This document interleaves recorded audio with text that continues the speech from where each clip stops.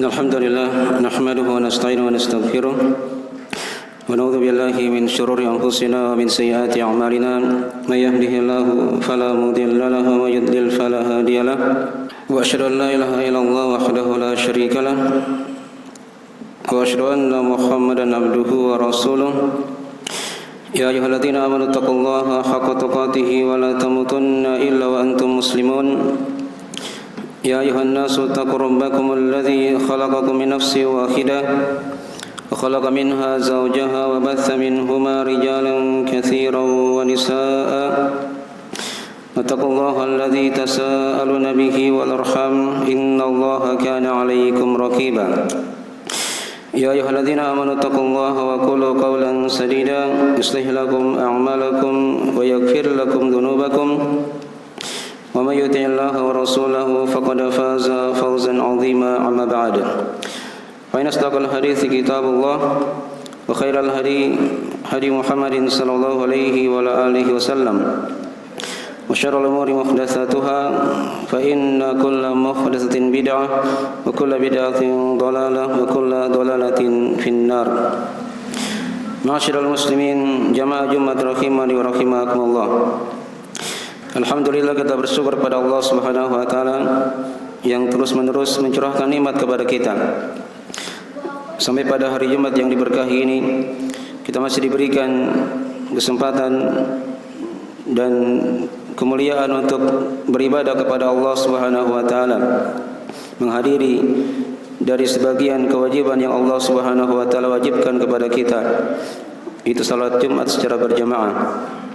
Salawat dan salam senantiasa tercurah kepada junjungan kita, tauladan kita, Rasulullah sallallahu alaihi wasallam, para sahabat, para keluarga beliau dan orang-orang yang mengikuti mereka sampai akhir masa. Pada khutbah Jumat yang ringkas ini kami akan bacakan 3 ayat dari surah An-Najm. Dari awal surah An-Najm penjelasan tentang hujjiyah sunnah Rasulullah sallallahu alaihi wasallam, dalil akan kuatnya sunnah Rasulullah sallallahu alaihi wasallam setelah Al-Qur'anul Karim. A'udzu billahi minasyaitonir rajim. Bismillahirrahmanirrahim. Wan najmi idza hawa ma dhalla sahibukum wa ma ghawa wa ma yantiqu 'anil hawa in huwa illa wahyu yuha. Terjemahan dari mana ayat? Wan najmi idza hawa, dan demi bintang ketika dia telah terbenam.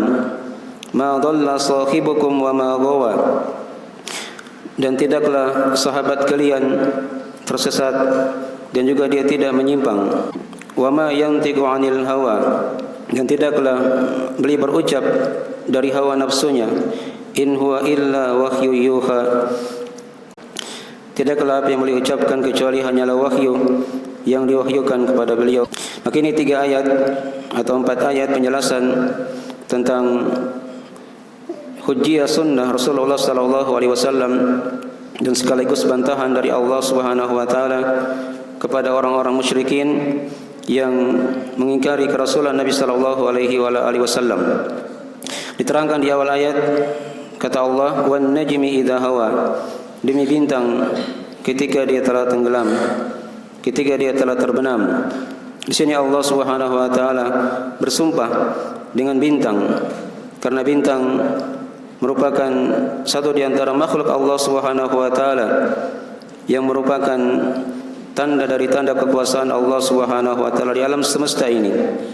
Diterangkan dalam Al-Qur'an dan Sunnah bagaimana dari fungsi bintang tersebut sebagai pelempar syaitan, dan juga dia merupakan perhiasan untuk langit, dan bintang itu juga digunakan untuk sebagai penunjuk jalan di kegelapan malam.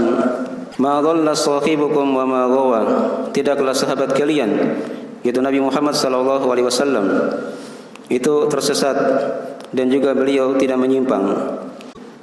Tatkala beliau sallallahu alaihi wasallam diwahyukan oleh Allah Subhanahu wa taala dengan syariat ini, maka mereka mengingkari kerasulan Nabi sallallahu alaihi wasallam. Padahal beliau dulunya dijuluki sebagai orang yang jujur, sebagai orang yang terpercaya, sebagai orang yang dibenarkan perkataannya. Tapi tatkala beliau sudah diangkat menjadi nabi dan rasul, maka beliau sallallahu alaihi wasallam didustakan oleh kaumnya sendiri. Oleh karena itu Allah Subhanahu wa taala turunkan beberapa ayat yang telah kita bacakan tadi untuk membela rasulnya. Ma dhalla sahibukum wa ma ghawa. Tidaklah sahabat kalian itu adalah orang yang tersesat, dan juga beliau tidaklah dari orang yang menyimpang. Dhalla artinya tersesat. Dia tidak mengenal ilmu. Ya. Dan juga wa ma ghawa. Beliau juga tidak dikatakan sebagai orang yang menyimpang, yang telah mengenal ilmu agama tapi tidak beramal dengan ilmunya. Dinafikan, ditiadakan oleh Allah Subhanahu wa taala kepada rasulnya. Dan di sini juga diterangkan kepada kita bahwasanya beliau sallallahu alaihi wasallam adalah orang yang mendapat petunjuk, yang berilmu dan beramal dengan ilmu yang dia telah pelajari. Ma dhalla sahibukum wa ma ghawa wa ma yantiqu 'anil hawa. Dan apa yang beliau katakan itu bukanlah dari hawa nafsunya. Dari hawa nafsunya. In huwa illa wahyu yuha. Tidaklah apa yang beliau ucapkan kecuali hanyalah wahyu yang beliau diwahyukan oleh Allah Subhanahu wa taala. Di sini penjelasan bahwasanya apa yang Nabi sallallahu alaihi wasallam ucapkan selain Al-Qur'anul Karim itu merupakan wahyu dari Allah Subhanahu wa taala. Beliau membacakan Al-Qur'anul Karim kepada para sahabat, dan beliau juga membacakan hadis-hadis kepada mereka, di mana dua perkara ini dia merupakan dua pedoman hidup bagi umat Islam yang akan dijadikan sebagai barometer ukuran kebenaran, sehingga mereka mendapatkan keselamatan di dunia dan di akhirat, dan diselamatkan dari siksa api neraka, masuk ke dalam surga Allah Subhanahu wa taala. Salah seorang sahabat yang bernama Abdullah bin Amr bin As, beliau pernah menulis seluruh yang diucapkan oleh Nabi sallallahu alaihi wasallam. Maka ketika itu orang-orang Quraisy berkata kepada sahabat ini, apakah engkau menulis semua yang diucapkan oleh Nabi sallallahu alaihi wasallam? Padahal beliau berkata, kadang beliau marah di sebagian keadaan. Maka sahabat ini mengeluhkan hal tersebut kepada Nabi sallallahu alaihi wasallam. Kata Nabi sallallahu alaihi wasallam, "Uktub walladhi nafsi biyadi ma kharaja minni illa haqq." Tulislah, demi Allah yang jiwaku berada di tangannya, tidaklah keluar dari mulutku ini kecuali hanyalah kebenaran yang Allah Subhanahu wa taala wahyukan ya kepada beliau sallallahu alaihi wasallam. Dan ini diterangkan dalam banyak ayat dan hadis tentang perintah untuk mengikuti sunnah Rasulullah sallallahu alaihi wasallam dari pedoman kedua kita setelah Al-Qur'anul Karim. Diterangkan oleh Allah Subhanahu wa taala dalam ayatnya, "Wa ma ataakumur rasulu fakhudhuhu wa ma nahakum anhu fantahu." Apa saja yang dibawa oleh Rasul kepada kalian, maka ambillah hal tersebut. Kemudian diterangkan di ayat yang lainnya, kata Allah Subhanahu wa taala, "Wa ati Allah wa ati ar-rasul." Dan taatilah Allah serta taatilah ar-rasul. Diikutkan ketaatan kepada Rasulullah sallallahu alaihi wasallam. Kemudian diterangkan dalam hadis-hadis Rasulullah sallallahu alaihi wasallam. Hal ini juga sangatlah banyak. Di antaranya dari hadis riwayat Al-Bukhari, di mana kata Nabi sallallahu alaihi wasallam, "Man ata'ani faqad ata'a Allah, wa man asani faqad asa Allah." Siapa yang mentaatiku, maka dia telah mentaati Allah. Dan siapa yang bermaksiat kepadaku, maka sungguh dia telah bermaksiat kepada Allah Subhanahu wa taala. Kemudian diterangkan dalam hadis riwayat Al-Bukhari yang lainnya, di mana kata Nabi sallallahu alaihi wasallam, "Kullu ummati yadkhuluna al-jannata illa man aba." Qila wa man ya'ba ya Rasulullah? Qala man ata'ani dakhala al-jannah wa man 'asani faqad aba. Setiap umatku, kata Nabi, akan masuk surga kecuali yang enggan. Maka dikatakan kepada beliau ketika itu, siapakah yang enggan itu ya Rasulullah, yang tidak mau masuk surga? Maka kata Nabi sallallahu alaihi wasallam, man ata'ani dakhalal jannah. Siapa yang mentaatiku, maka dia masuk ke dalam surga. Wa man asani faqad aba. Dan siapa yang bermaksiat kepadaku, maka sungguh dia dari orang yang enggan masuk ke dalam surga Allah Subhanahu wa taala. Mungkin dari sebagian ayat dan hadis penjelasan tentang hujjiyah sunnah, tentang dari diterimanya sunnah Rasulullah sallallahu alaihi wasallam sebagai pedoman kita dalam kehidupan setelah Al-Qur'anul Karim. Dan ini dari hal yang telah disepakati oleh para ulama, dinukil kesepakatan dari Ibnu Taimiyah rahimahullahu taala, dari Imam Asy-Syafi'i sebelumnya juga, dan selainnya dari para ulama yang menukil kesepakatan tentang hal tersebut. Oleh karena itu, kita telah maklumi dari tuntunan agama kita, tidaklah kita ketahui kecuali datang dari sunnah Rasulullah sallallahu alaihi wasallam. Sebagaimana perintah salat dalam Al-Qur'anul Karim diterangkan oleh Allah Subhanahu wa taala, wa aqimus salata wa atuz zakah. Tegakkanlah salat dan tunaikanlah zakat. Tapi rincian salat tersebut, rincian dari zakat itu diterangkan dalam sunnah Rasulullah sallallahu alaihi wasallam, diterangkan hadis-hadisnya. Kita tahu bagaimana tata cara salat Nabi sallallahu alaihi wasallam itu karena kita membaca hadis-hadis Rasulullah sallallahu alaihi wasallam. Oleh karena itu kata Nabi sallallahu alaihi wasallam dalam hadis riwayat Al-Bukhari, "Shallu kama ra'aitumuni usalli." Salatlah kalian sebagaimana kalian melihat aku salat. Demikian pula rincian dari zakat diterangkan dalam sunnah Rasulullah sallallahu alaihi wasallam. Ya, demikian pula rincian dari puasa tersebut walaupun ada dalam ayat-ayat Al-Qur'anul Karim dan dirinci oleh Nabi sallallahu alaihi wasallam dalam hadis-hadisnya. Dan juga haji dan umrah juga seperti itu. Litakhudhu anni manasikakum, kata Nabi. Ambillah dariku manasik haji kalian. Diterangkan dalam sunnah Rasulullah sallallahu alaihi wasallam, inna nahnu nazzalna dzikra wa inna lahu lahafidun. Kata Allah, sesungguhnya kamilah yang telah menurunkan az-zikir dan kami yang akan menjaganya. Az-zikir di sini masuk padanya Al-Qur'anul Karim dan juga masuk kepadanya sunnah Rasulullah sallallahu alaihi wa alihi wasallam. Aqulu qali hadza kama tasma'un, astaghfirullah li wa lakum wa lisairil muslimina min kulli dzambin innahu huwal ghafurur rahim.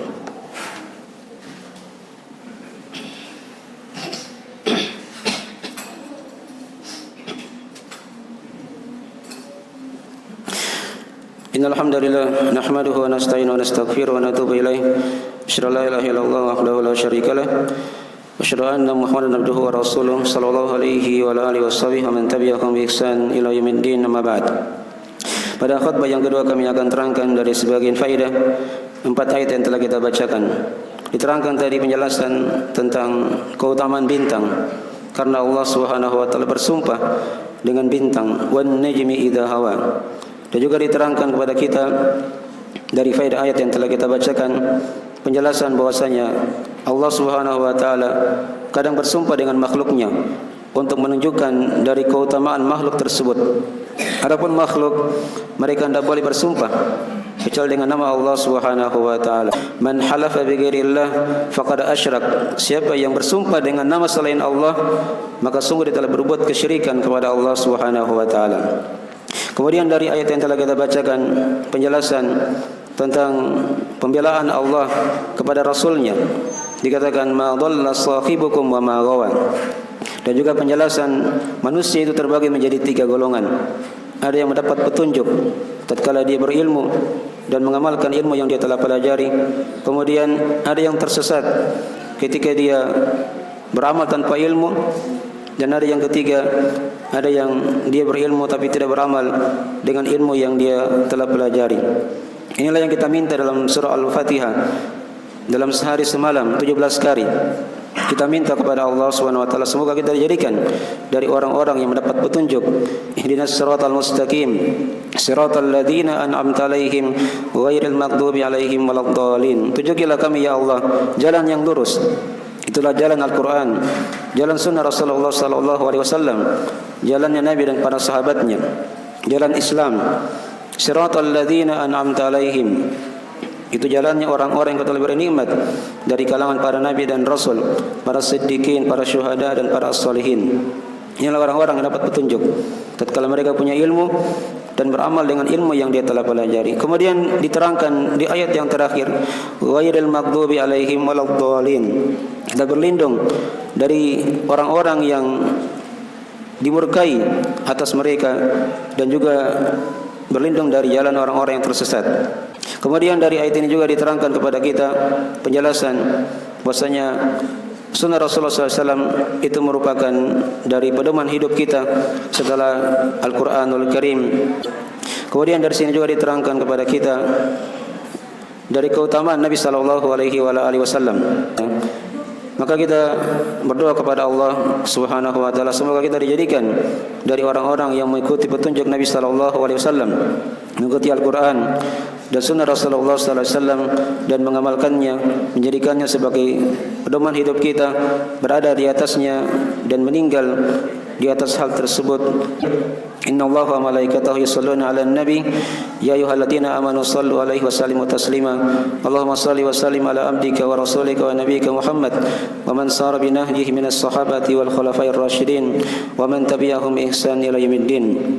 Allahumma ighfir lana dhunubana dikkaha wa jillaha wa awwalaha wa akhiraha wa laniyataha wa sirraha ya arhamar rahimin.